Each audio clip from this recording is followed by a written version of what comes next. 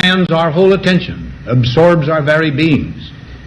We face a hostile ideology, global in scope, atheistic in character, ruthless in purpose, and insidious in method. Unhappily, the danger it poses promises to be of indefinite duration.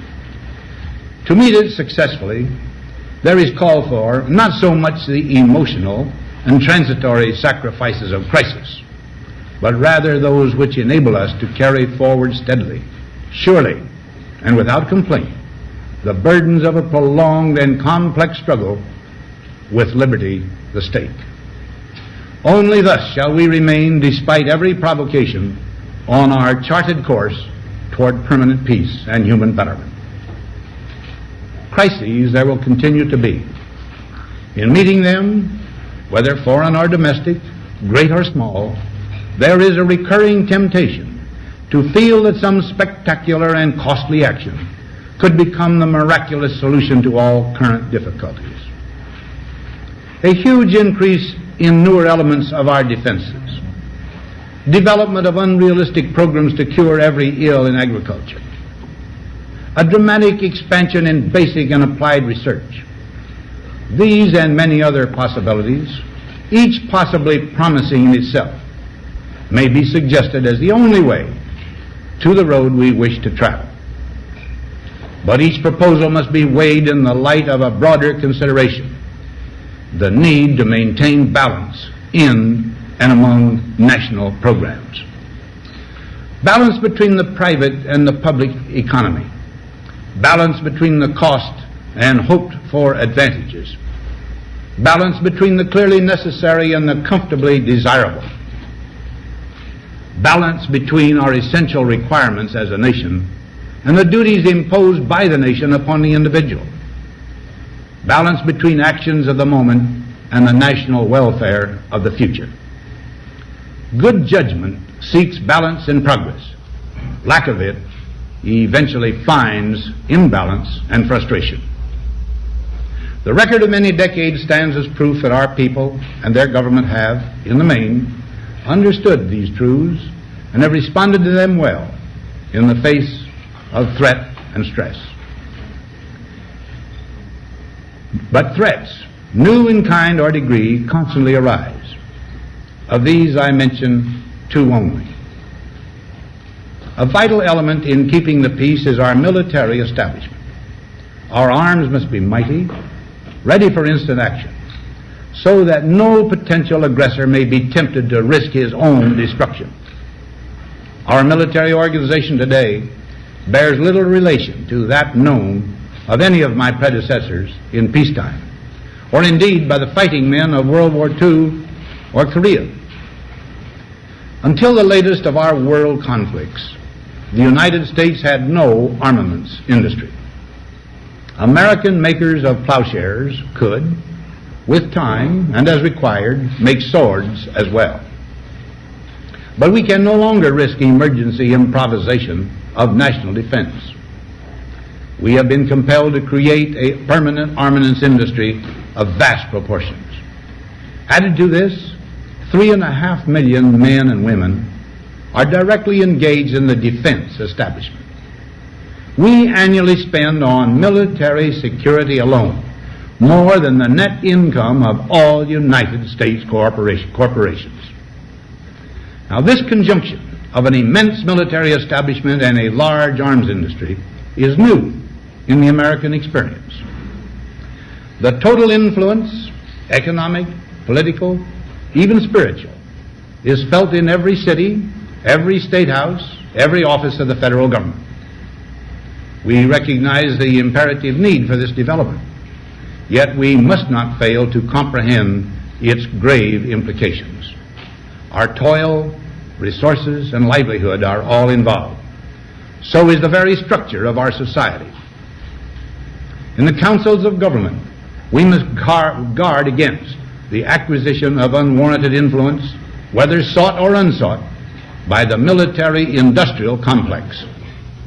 The potential for the disastrous rise of misplaced power exists and will persist. we must never let the weight of this combination endanger our liberties or democratic processes. We should take nothing for granted.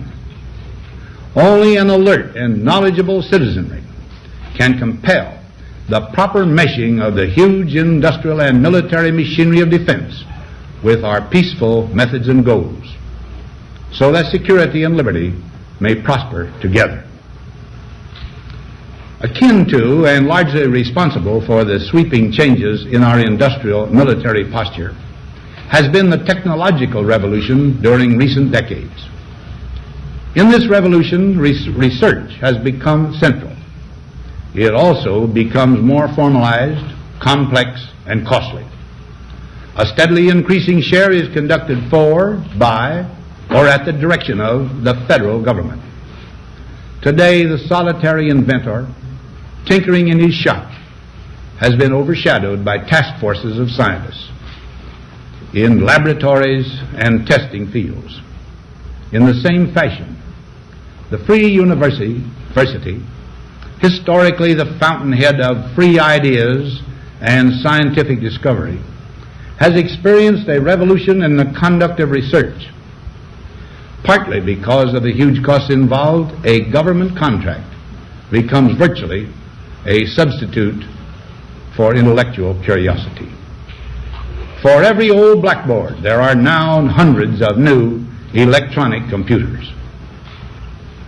The prospect of domination of the nation's scholars by federal employment, project allocations, and the power of money is ever present and is gravely to be regarded. Yet in holding scientific research and discovery in respect, as we should, we must also be alert to the equal and opposite danger that public policy could itself become the captive of a scientific, technological elite. It is the task of statesmanship to mold, to balance, and to integrate these and other forces, new and old, within the principles of our democratic system, ever aiming toward the supreme goals of our free society. Another factor in maintaining balance involves the element of time. As we peer into society's future, we, you and I, and our government must avoid the impulse to live only for today, plundering for our own ease and convenience the precious resources of tomorrow. We cannot mortgage the material assets of our grandchildren without risking the loss also of their political and spiritual heritage. We want democracy to survive for all generations to come, not to become the insolvent phantom of tomorrow. During the long lane of the history yet to be written, America knows that this world of ours, ever growing smaller, must avoid becoming a community of dreadful fear and hate, and be instead a proud confederation of mutual trust and respect. Such a confederation must be one of equals. The weakest must come to the conference table with the same confidence as do we, protected as we are by our moral, economic, and military strength. That table, though scarred by many past frustrations, cannot be abandoned for the certainty agony of disarmament of the battlefield. Disarmament with mutual honor and confidence is a continuing imperative. Together we must learn how to compose differences, not with arms, but with intellect and decent purpose. Because this need is so sharp and apparent, I confess that I lay down my official responsibilities in this field with a definite sense of disappointment.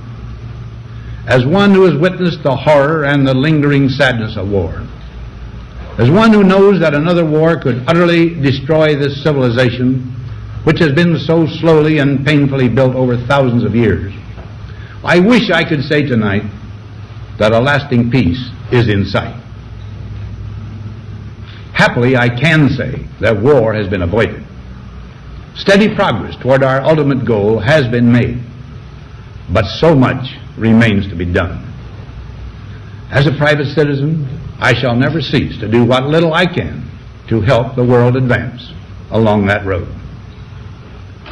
So in this, my last good night to you as your president, I thank you for the many opportunities you have given me for public service in war and in peace. I trust in that service, you find some things worthy. As for the rest of it, I know you will find ways to improve performance in the future. You and I, my fellow citizens, need to be strong in our faith that all nations under God will reach the goal of peace with justice. May we be ever unswerving in devotion to principle, confident but humble with power, diligent in pursuit of the nation's great goals.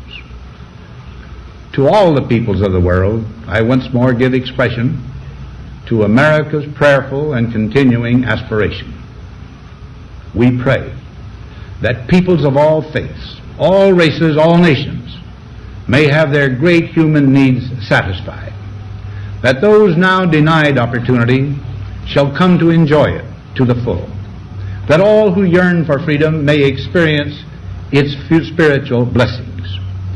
Those who have freedom will understand also its heavy responsibility, that all who are insensitive to the needs of others will learn charity, and that the scourges of poverty, disease, and ignorance will be made disappear from the earth, and that in the goodness of time all peoples will come to live together in a peace guaranteed by the binding force of mutual respect and love. Now, on Friday noon, I am to become a private citizen. I am proud to do so. I look forward to it. Thank you, and good night.